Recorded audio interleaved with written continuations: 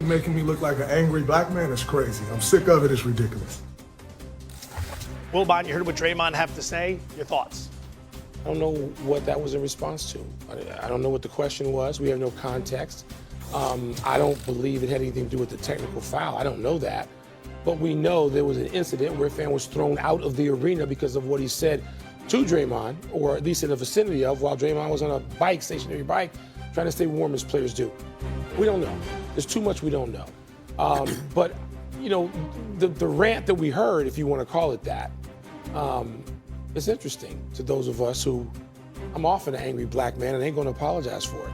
More mornings than not, I wake up that way. So good for Draymond that he doesn't want to be portrayed that way. Good for him. I don't mind being portrayed that way because I am that way often.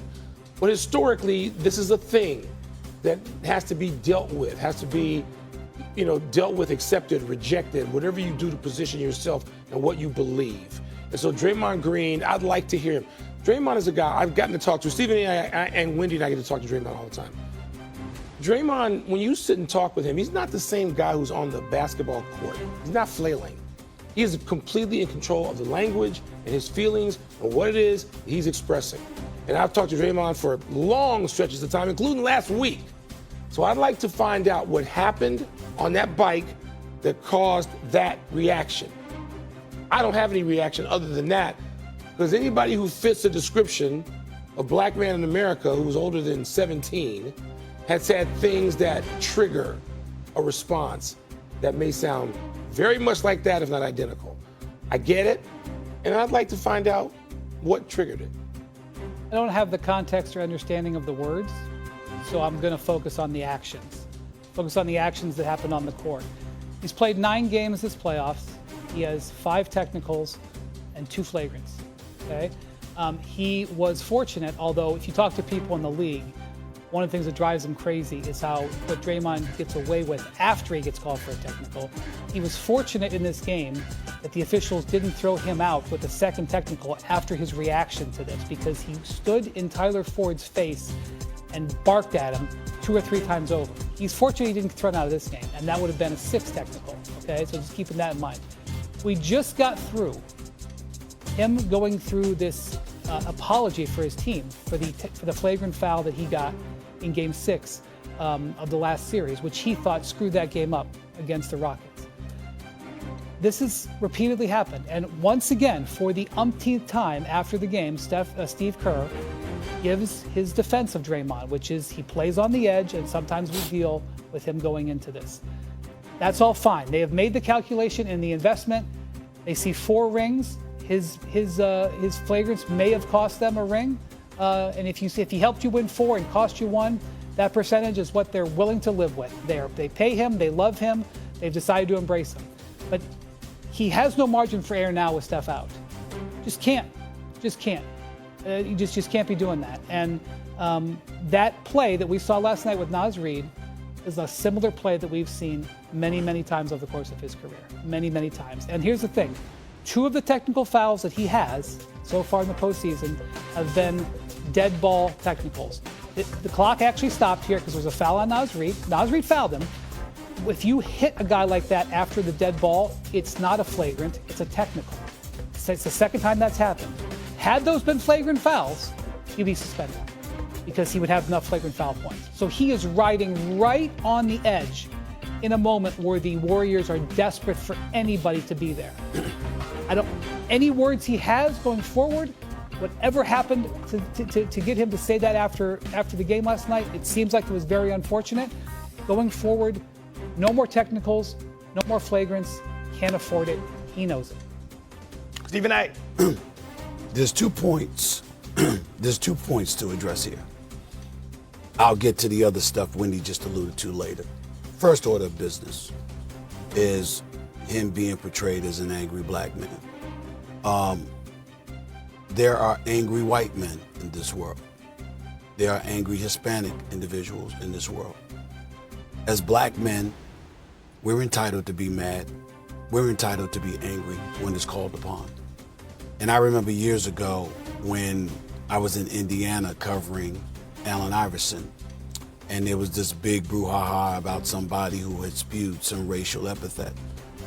in his direction. Wilbon, you remember that. I'm sure you do too, Wendy, as well. I had to come to his defense because people were questioning whether or not Allen Iverson was telling the truth. I happened to be standing right there when the person had said what they said to Allen Iverson. He was telling the absolute truth. I remember Russell Westbrook looking at a fan in Utah and screaming on everything I love, you know, basically threatening him like, I'm going to deal with you, because the guy was screaming some stuff at him and it was highly offensive to Russell Westbrook. Players go through these things sometimes. And you do have fans who pay this, you know, pay the price for tickets, and clearly, especially if they're inebriated, they just feel emboldened to say anything that they want. And it's something that they would never do in the streets if they just walked up to one of these players. They would never do that. But they're emboldened once they're in the stadium. So when Draymond said what he said, I definitely could relate, because I've seen it happen to players before. I don't believe that Draymond is lying one bit. The fan was removed. And most importantly, under certain circumstances, players have every right under the sun to be angry.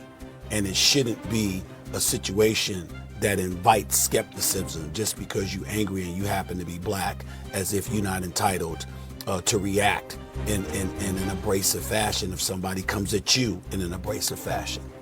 Having said that, now we get into more specifics about Draymond Green. Do y'all know that Draymond Green has 37 technical fouls in the postseason since entering the league in 2012-2013? That is 15 more than any other player.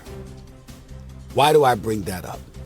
Because the same Draymond that Wilbon, myself, you, Wendy, would all defend and say he's a good man. He's a really good dude. He's very smart. He's family oriented. At his core, he is as decent as they come. It's hard not to have love for Draymond if you know him a little bit, because he is a really, really, really good brother.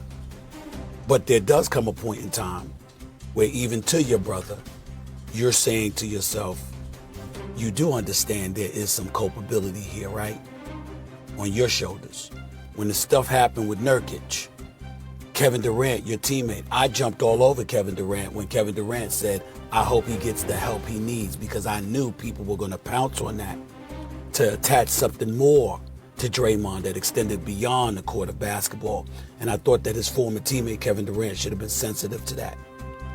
But the choking of Rudy Gobert, the constant barking in the face of officials that would get anybody else ejected, but he gets away with it.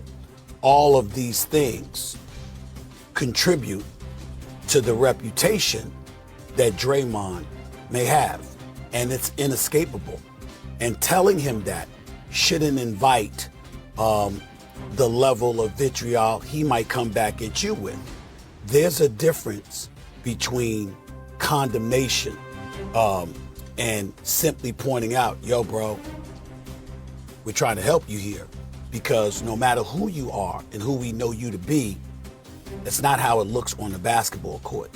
And as wrong as the fan is, and the fan is wrong, no question about that, as wrong as the fan is, you have to understand that what you project publicly can come back to bite you.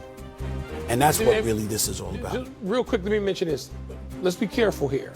And I don't think, and I have no way of knowing, I don't think that the comments about how he's portrayed and the technical foul had necessarily anything to do with one another.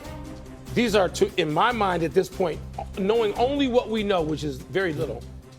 There's the Draymond Green technical foul issue, which you and Wendy spoke to, and I agree with everything you talked about with that. It's been going on for years. It's as much of the identity of the Warriors as anything except Steph Curry shooting and the team winning.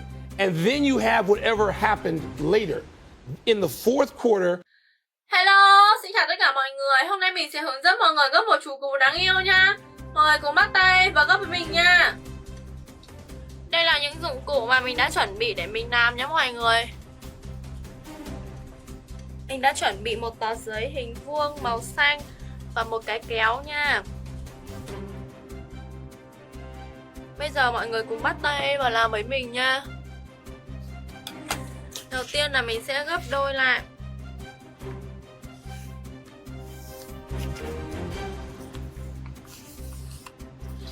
Tiếp theo mình sẽ gấp lên trên nha.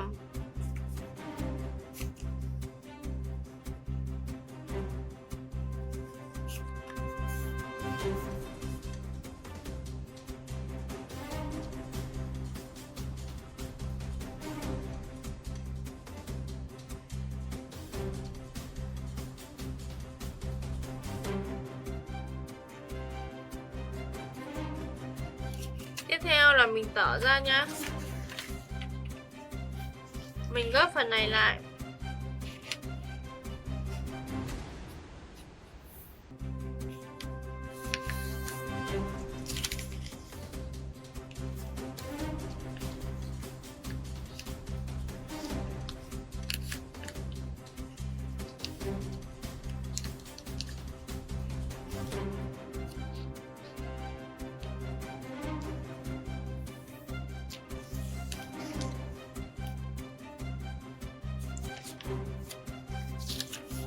Tiếp theo phần này mình sẽ gấp vào đây nha.